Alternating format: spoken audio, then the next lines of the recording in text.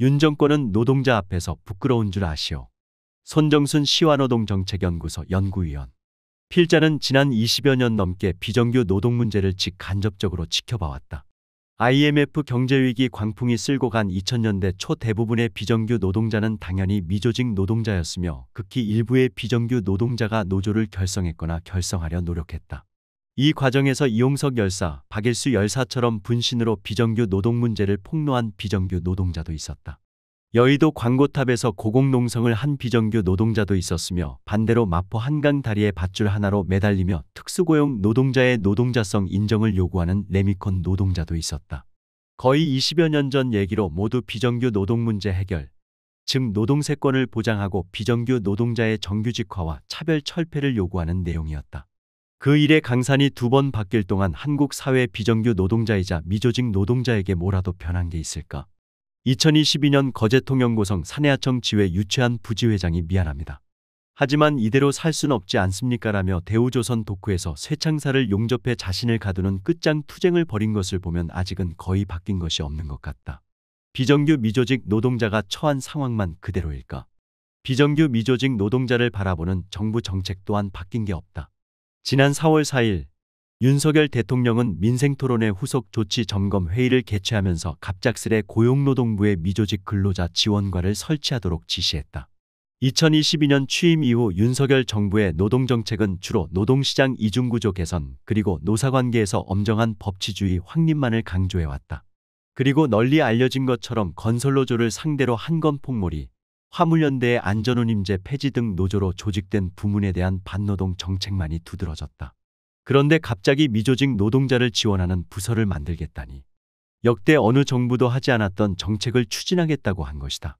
이후 5월 14일에는 국민과 함께하는 민생토론회를 개최하면서 특수형태 근로 종사자, 플랫폼 종사자, 비정규직 노동자 등을 위한 가칭 노동약자 지원과 보호를 위한 법률 제정을 추진하겠다고 밝히기도 했다. 2번에 걸친 대통령의 지시와 정책 발표에 따라 이를 전담할 부서가 6월 10일 고용노동부 노동정책실 내에 신설됐다. 미조직 근로자 지원과이다. 고용노동부 홈페이지에 게시된 미조직 근로자 지원과의 업무 내용을 보면 노동약자 지원 관련 법제 업무, 플랫폼 종사자 일터 개선 지원 사업, 공제회 사업, 근로자 이음센터 구축, 운영 등의 업무를 수행한다고 밝히고 있다. 미조직 노동자의 권익 증진은 국가가 관심을 가지고 직접 챙겨야 한다는 윤석열 정부 정책에 반대할 생각은 없다. 다만 노동정책에서 앞뒤가 전혀 맞지 않는 상황을 방치한 채 갑자기 미조직 노동자를 지원하겠다는 정책 제시에 의구심을 지울 수가 없다. 미조직 노동자가 누구이고 얼마나 되는지도 파악하지 않은 채 플랫폼 노동자를 지원하는 내용으로만 가득 찬 미조직 노동자 지원 방안이 얼마나 실효성이 있을지 헛웃음이 나올 수밖에 없기 때문이다. 더욱이 플랫폼 노동자는 현행 노동법상 근로자가 아니라 개인사업자라는 것이 현재까지 고용노동부의 기본 정책 기조다. 그런데 플랫폼 노동자를 미조직 근로자 지원의 핵심 대상으로 삼는다. 어느 순간부터 플랫폼 노동자가 근로자로 되었는가? 고용노동부는 플랫폼 노동자를 노동법상의 근로자로 간주하기로 정책을 변경한 것인가? 이에 대해서는 아무런 설명도 하지 않은 채 미조직 노동자인 플랫폼 노동자를 지원하겠다는 정책은 자다가 봉창 두드리는 것도 아니고 앞뒤가 안 맞아도 한참 어긋나고 있는 셈이다. 아무리 이해하려 해도 이해 안 되는 지점은 또 있다. 미조직 노동자라는 개념은 집단적 이해대변체에 소속되지 않은, 그래서 집단적 이해대변체를 통해 자신의 이해와 요구를 제기할 수 없는 노동자를 의미한다. 자본주의 사회에서 노동자의 대표적인 이해대변체는 무엇일까? 노동조합이다. 미조직 노동자라고 하면 기본적으로 노동조합으로 조직되지 못한 노동자를 의미한다. 당연히 미조직 노동자를 지원한다면 첫 번째는 노동조합으로 조직되는 것을 지원하는 것이어야 한다. 하지만 윤석열 정부의 미조직 노동자 지원 정책에 노동조합이라는 단어는 전혀 나오지 않는다. 대신 공제회라는 단어가 수차례 언급되고 있다. 공제회도 집단적 이해대변체임에는 틀림없다. 사실 노동조합이라는 조직도 공제회에서 비롯된 것이다. 작업장 내 자본의 일방적인 노무관리에 대응하기 위해 작업장 밖 상호부조 조직인 공제회가 작업장 문제에 개입하기 시작하면서 노동조합의 원형이 만들어졌기 때문이다.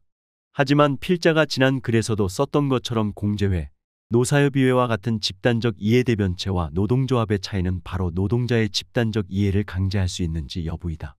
자본주의 사회에서 노동자의 집단적 이해를 자본에게 강제할 수 있는 조직은 노동조합밖에 없다. 공제회는 기본적으로 작업장 밖 지역 시민사회 영역에서 노동자의 이해를 대변하는 조직이기 때문이다.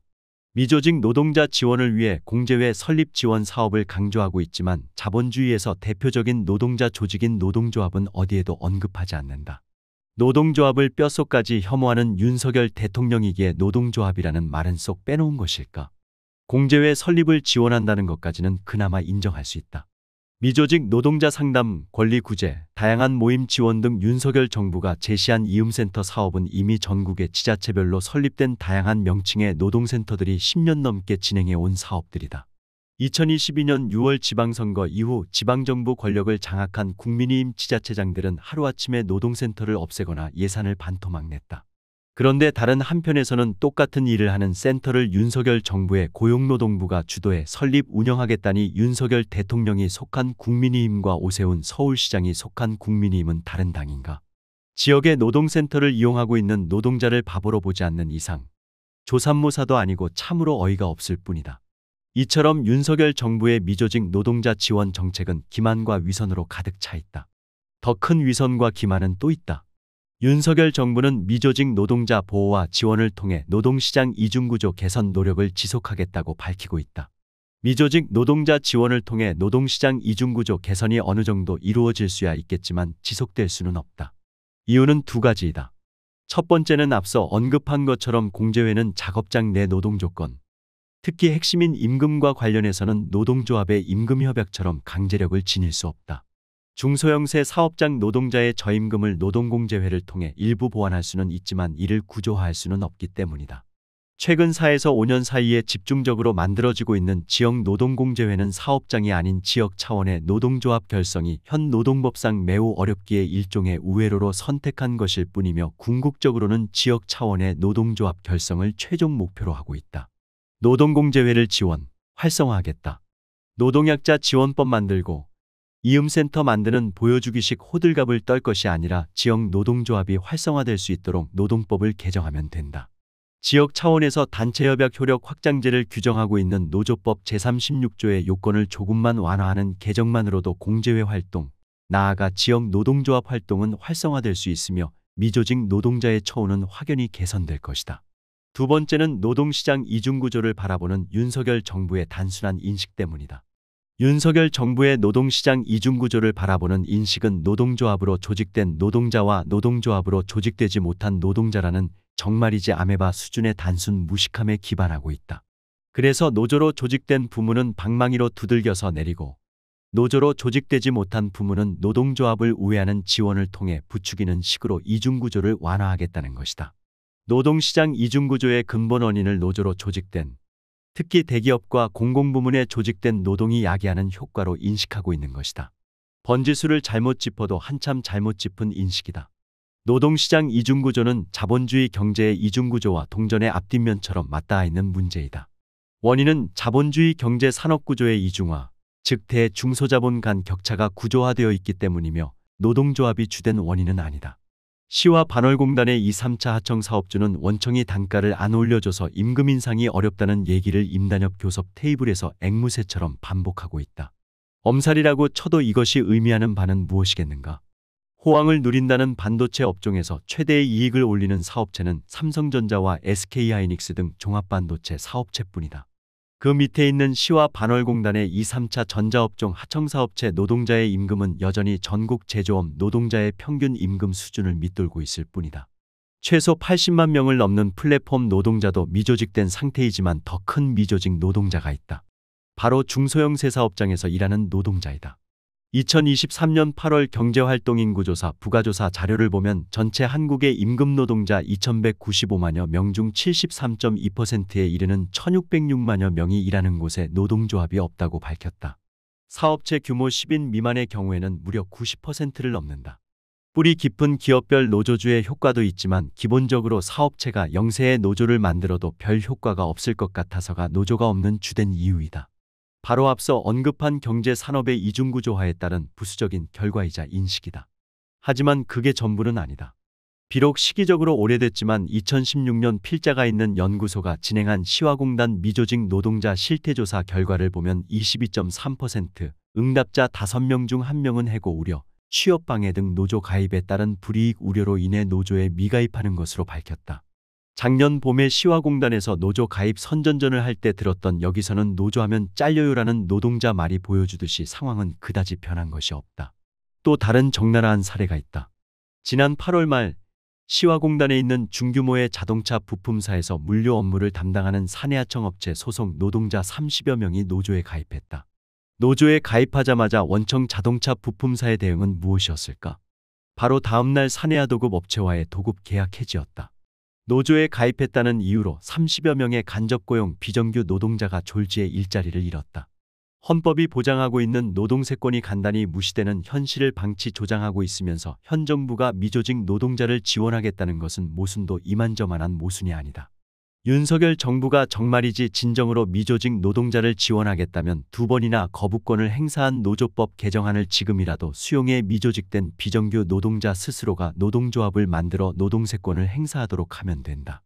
용역, 사내하청, 일용파견, 특수고용 등 근로계약의 당사자가 아니라는 이유로, 노동자가 아니라는 이유로 노조를 부인하는 등 사용자 책임을 손가락 튕기듯이 간단히 거부해왔던 자본에게 사용자 책임을 부과하면 되는 것이다. 지난 8월 윤석열 대통령의 거부권 행사 이후 22대 국회는 또 다시 노조법 개정안을 준비하고 있다. 큰 기대를 하지는 않지만 윤석열 정부가 미조직 비정규 노동자 문제에 얼마만큼 진심인지는 곧 판가름 날 것이다. 20여 년 넘는 기간 동안 미조직 비정규 노동자가 자결하고 분신하고 농성하고 심지어는 쇠창살을 용접해 자신을 가두고서야 노동 문제가 겨우 언발에 오줌 누기식으로 해결되는 상황을 이제는 넘어서야 되지 않겠는가? ILO 결사의 자유위원회 단골 손님인 대한민국 정부가 또다시 위원회에 호출되는 부끄러운 상황을 이제는 끝내야 되지 않겠는가? 언제까지 부끄러운 줄 아시오라는 호통 소리를 미조직 비정규 노동자에게서 들을 것인가?